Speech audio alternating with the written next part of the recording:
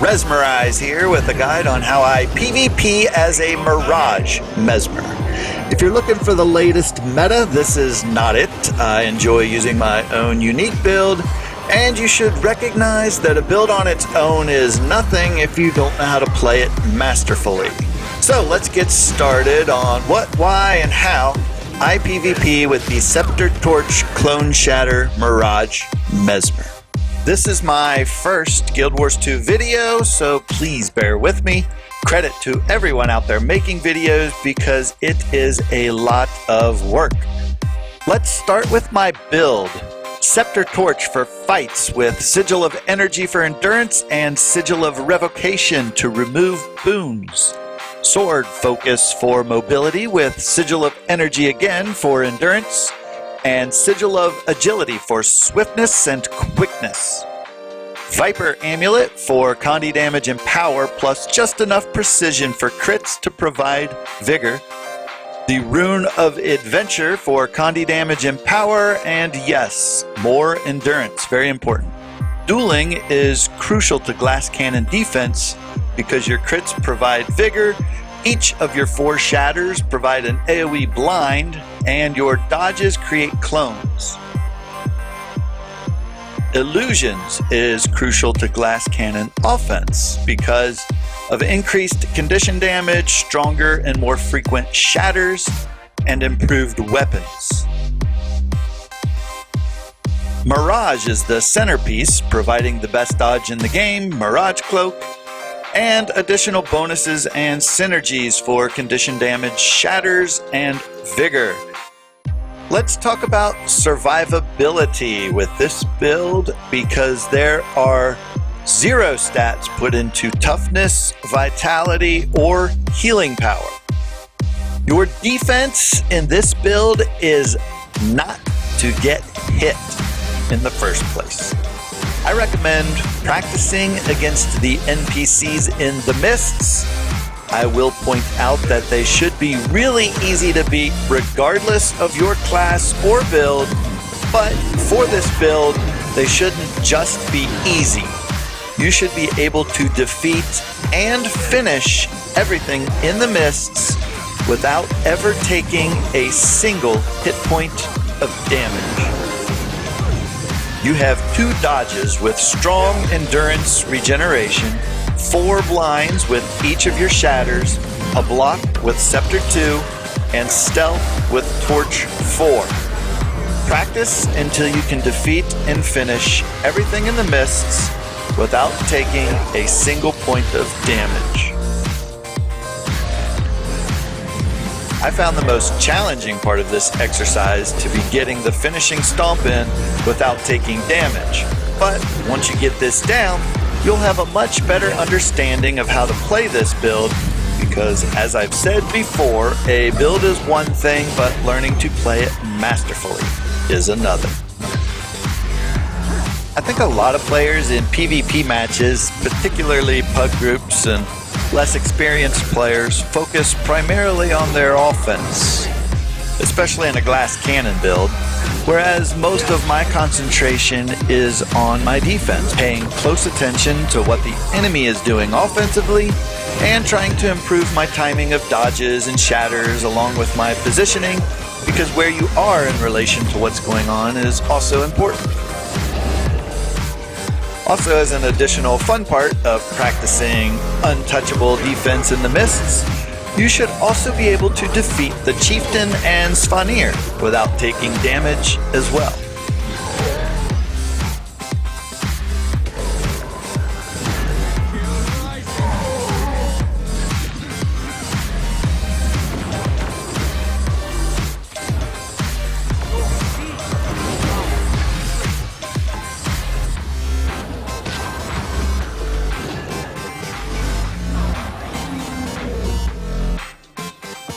Let's talk about mobility. Speed in PvP matches can be very advantageous. Swap to Sword Focus and use Focus 4 for swiftness. When moving between points, don't be that noob that gets caught fighting off points. If you dodge and use Sword 1, you will leap forward. You can blink to travel a long distance instantly. And it's important to note that knowing when to rotate instead of fighting is important to helping your team win. If Blink is on cooldown, you have Jaunts, which can be used for teleporting. Blink and Jaunt are both great for traveling to elevated ground. Once again, swap to Sword Focus and use Focus 4 for swiftness. You can dodge into Sword 1 for a leap. You should not have a target when you do this, otherwise you'll leap toward the target, which is not necessarily in the direction you're headed. And while sometimes I enjoy mixing it up with my utility slots, I do often use portals to my advantage. Just open a portal and boom, you're instantly back to a key location and scoring points for your team.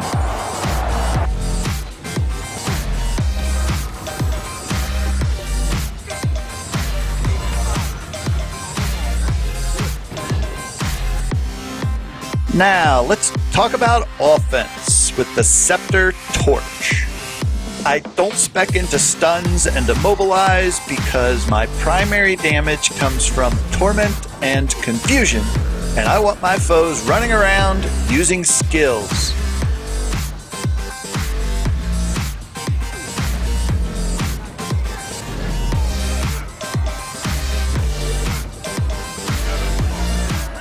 Let's replay the fight you just witnessed at 25% speed so I can talk about the offensive capabilities of this build. Torch 5 has 1200 range and creates an illusion that burns before becoming a clone. I use it as soon as my enemy is in range. Scepter 2 is an offensive block with a very short cooldown. I say offensive because it not only blocks an attack, but automatically counters with heavy power damage and 5 stacks of torment. Jaunt is nice for a little mobility, but I prefer to use it offensively as it stacks up a lot of confusion. I'm going to freeze it here because I target the thief just before going stealth again. And we can see that with those 2 moves and some shatters, I've generated 4 stacks of bleeding, 12 stacks of confusion, and 8 stacks of torment, not to mention burning, which has already fallen off, and you can see blindness is also being applied.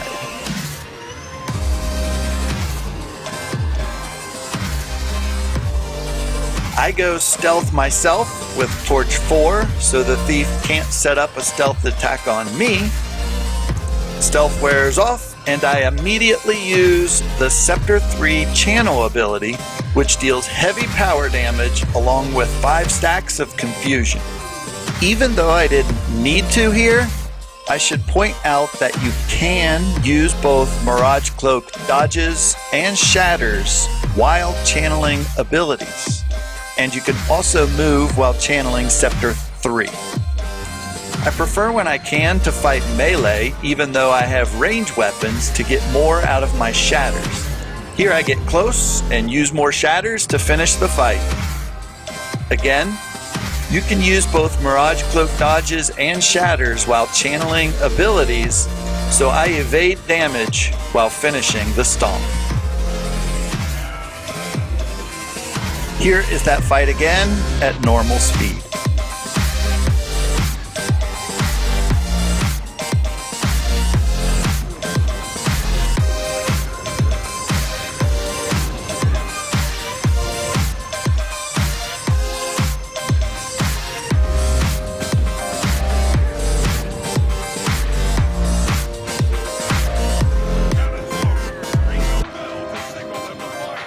This brings me to my next point, finishing.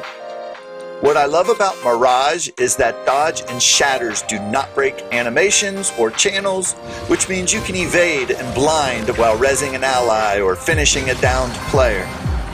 If Torch 4 is off cooldown, I prefer to move in for a stomp stealth and use a dodge if I have the endurance to evade during the finish.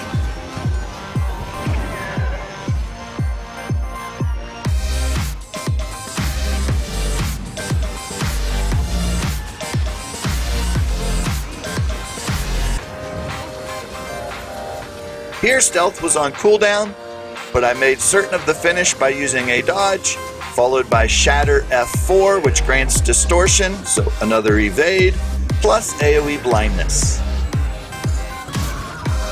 This was a fun fight because immediately after, a warrior showed up, just a few seconds too late.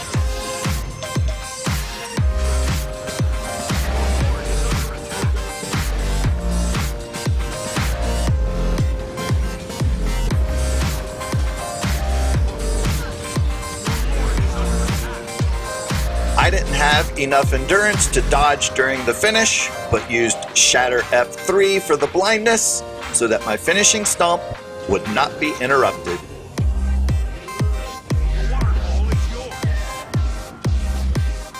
Every profession has useful tricks for when they are down, and some can't be dodged or blinded, like the thief's teleport. But that's where your own teleport with Blink comes in handy. If you can find them quick enough, you can teleport to finish the stomp.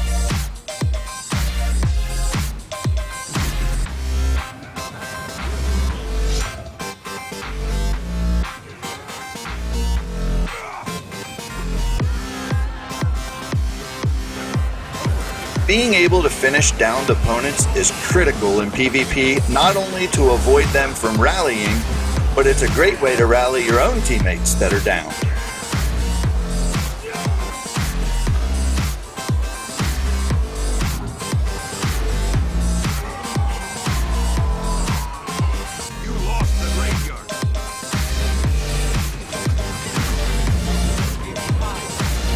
You can use your dodges and blinds while rezzing a downed ally as well. If there is a glass cannon nearby, I prefer to keep them alive long enough to down and finish the enemy quickly. If there is a lot of AoE damage, don't get yourself killed trying to res someone. However, getting your down teammates up and finishing your enemies is a critical part of PvP and can, and often does, make all the difference in group fights. Here's a nice group fight where my team wins because our ability to do just that.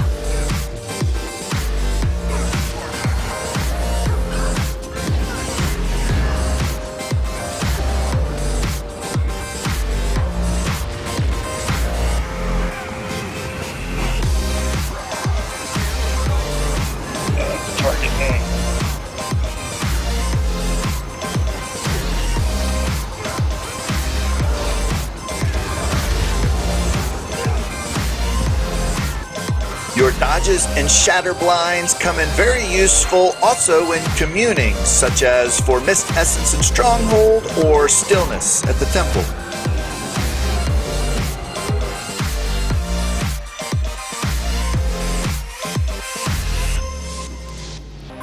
Switch to Sword Focus, use mobility to reach the destination quickly. As I came into this fight, I noticed pretty quickly it was a defensive Guardian build, so I auto-attacked with Scepter 1 to assess the situation, generate some clones, and wait for the perfect time to burst.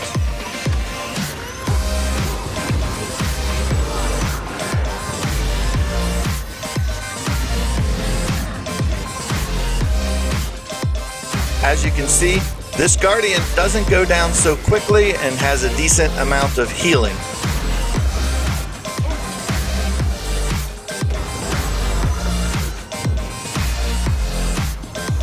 That stupid edge shouldn't be a line of sight issue, but it is.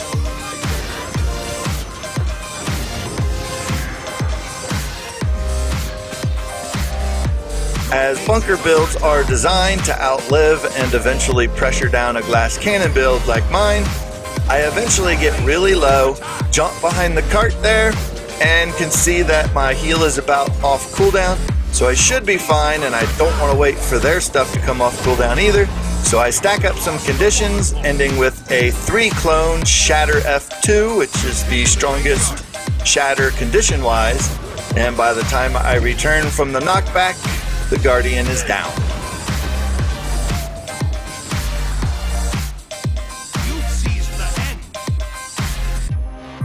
Every PvP map has an objective that can give your team an edge and is often important to winning the match.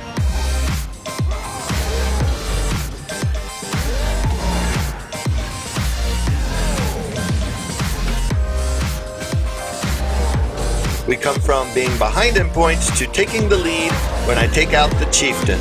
Before combat ended, I swapped to sword focus to get swiftness and quickness from my sigil. I notice everyone is busy fighting and I have great mobility, so I decide to go straight for Svanir. I should point out that most of the clips in this video are with pug groups in ranked, and I am not running with a pre-made group on comms or anything. In fact, 90% of the time, I have no idea who my teammates even are.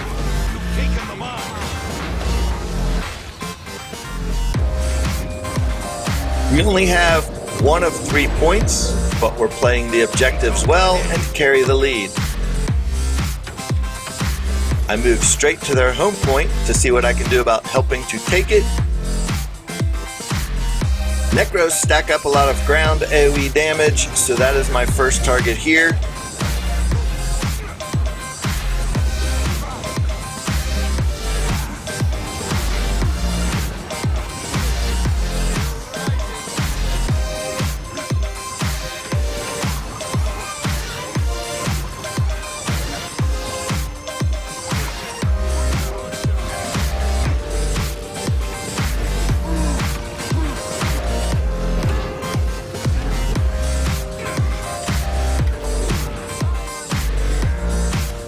The Necro already got up once after being downed, and I wasn't about to let that happen again.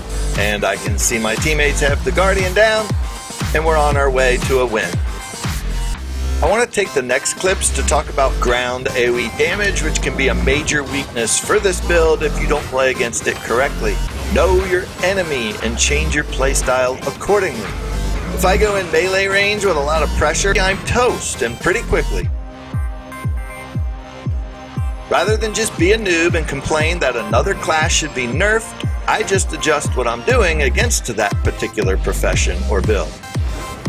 I know this build can't survive in ground AoE, so I change my approach to simply make sure that I don't stand in any of it, and the results are much different.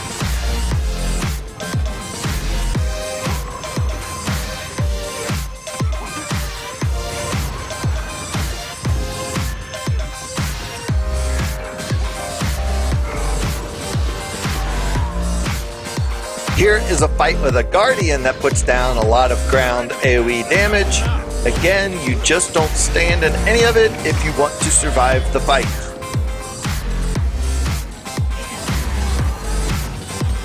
Hide behind obstacles to create line of sight issues for enemies when you need to reset a fight. Here, I even put down a portal behind that little tower just in case I need to hide behind it quickly, but decide not to use it because help arrived.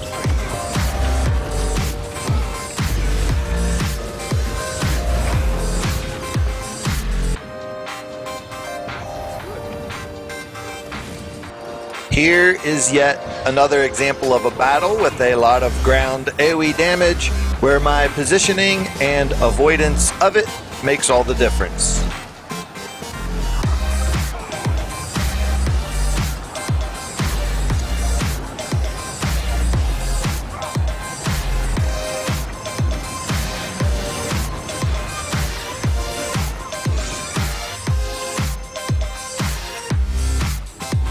Try not to get caught up fighting between points.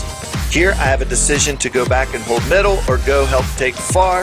Because I just put down a portal at mid, I decided it would be a smarter move to get far quickly, then teleport back to middle.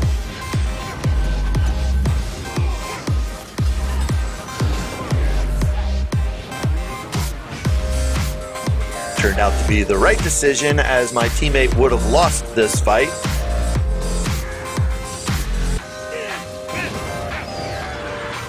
And we held on to the middle in the process.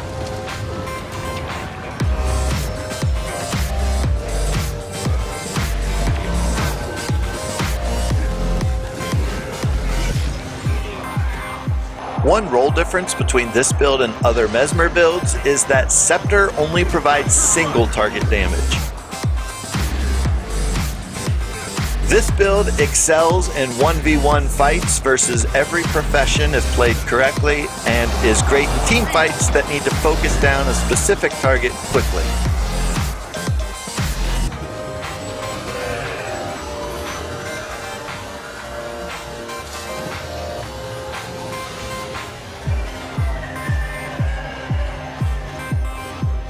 Combined with mobility, this build makes an excellent roamer when you don't have a thief doing it.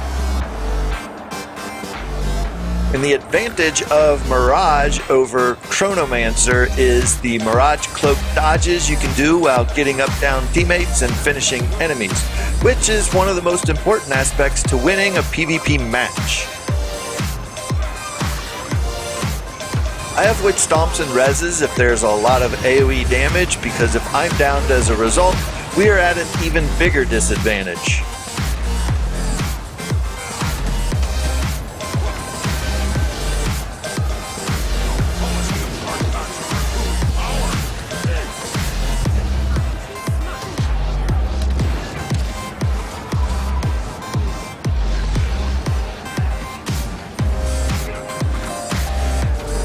Here, I keep a teammate up as much as I can using my dodges in the ground AoE, but again, I have to back off to make sure I'm not downed as well.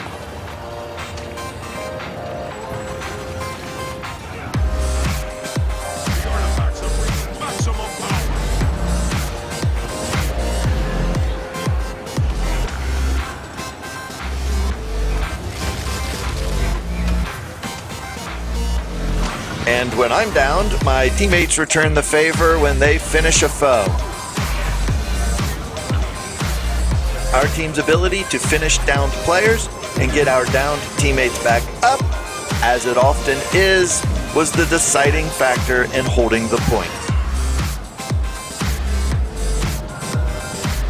Again, I don't like to get caught fighting between points, so I race this Mesmer to my destination before unleashing my fury upon them.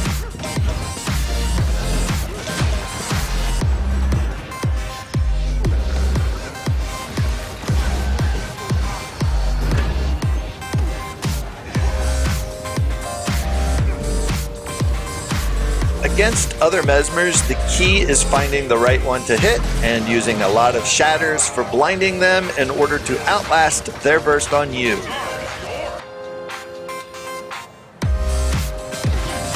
Jaunt is great against other Mesmers because it does AoE condition damage, helping to make sure you stack up confusion on them even if you have one of their clones targeted. And an often overlooked aspect of Jaunt is that it removes a condition on you each time you use it.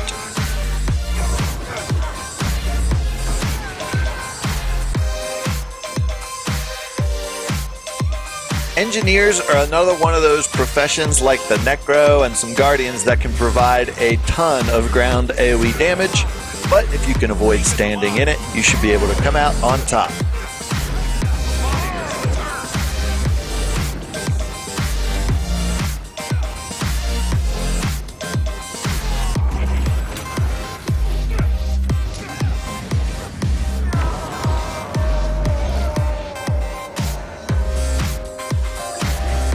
Go in stealth for the stomp if you can, and use those Mirage cloak dodges to avoid taking damage or being interrupted on the stomp.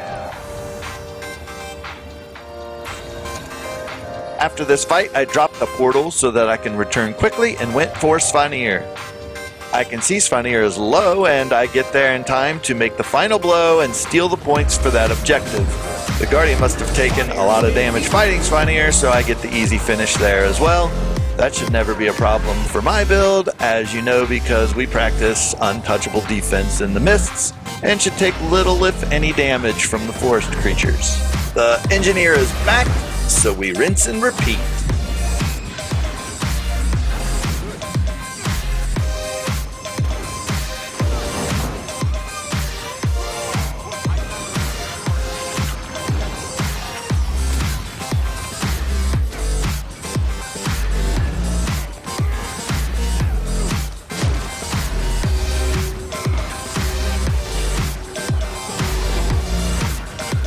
see the engineer has reinforcements on the way, so I decide to chase him down so that he doesn't have an opportunity to circle around on us healed up, which is exactly what he tried to do.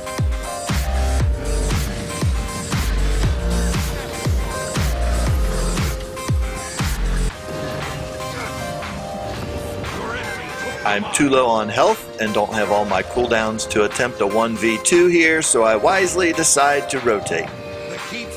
If you ever want to practice PvP fights, the free-for-all area in the mists is a great way to face other players for practice.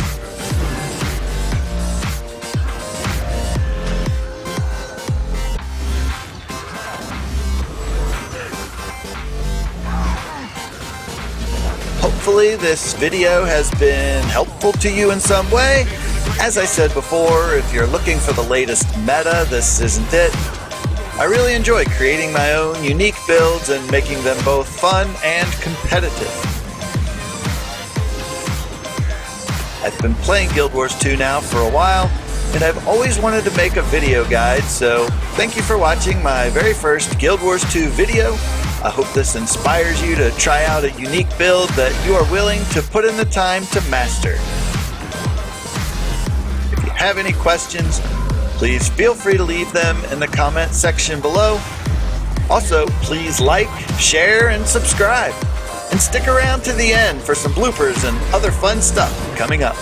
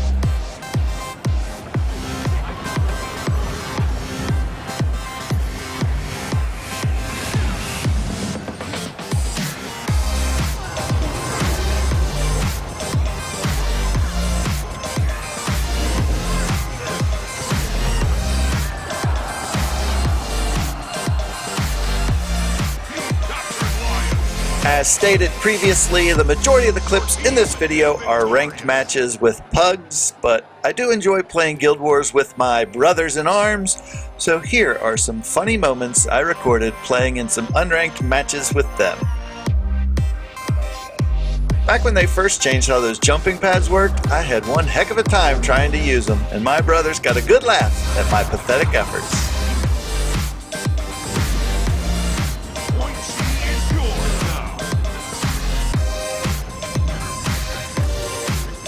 Monsters were down there, but I basically carried that fight. You're welcome, everyone. I did a first job, Joe. Watch me. Cores installed. Charging the laser.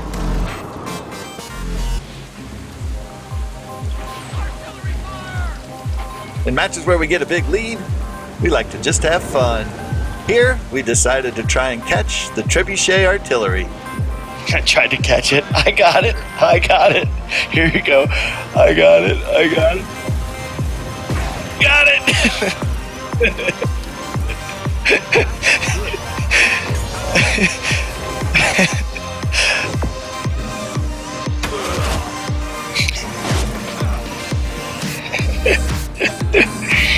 I love that shit. That shit's the funny stuff. We gonna win. Here we got to Skyhammer early and threw some conditions on an engineer before going in. Wait for it!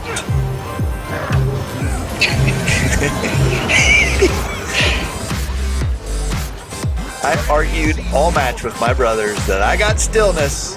I still have no idea, even watching the video, how I didn't get credit for it.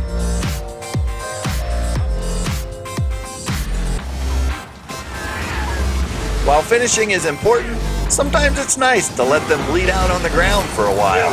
Just let that guy bleed to death. Oh, there you go. Good job. That's funny.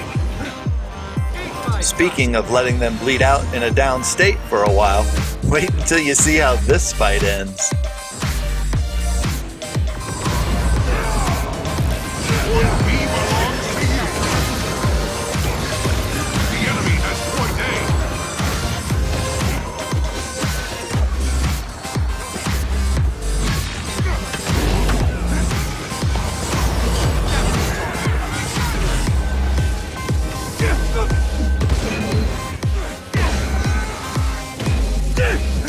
Point C is yours now.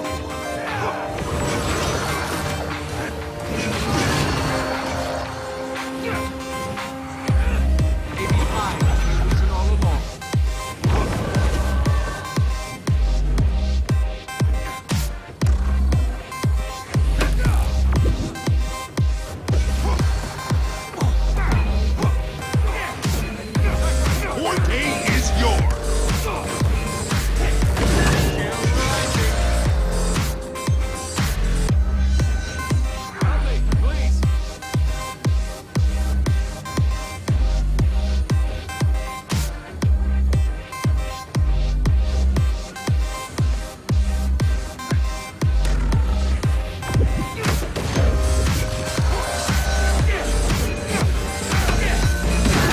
Point B belongs to you.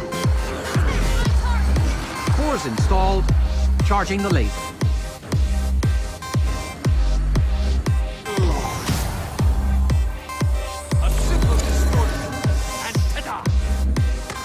Point C is in enemy hand.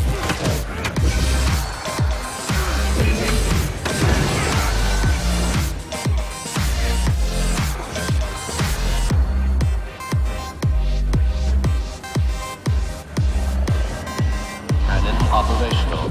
Ready for targeting coordinates.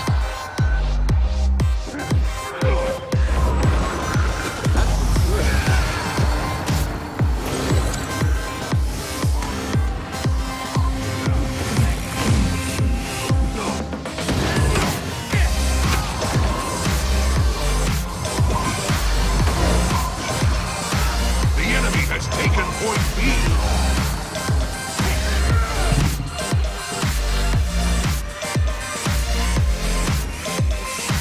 Well, that's all for me today. My name is Rezmerize, and thanks for watching.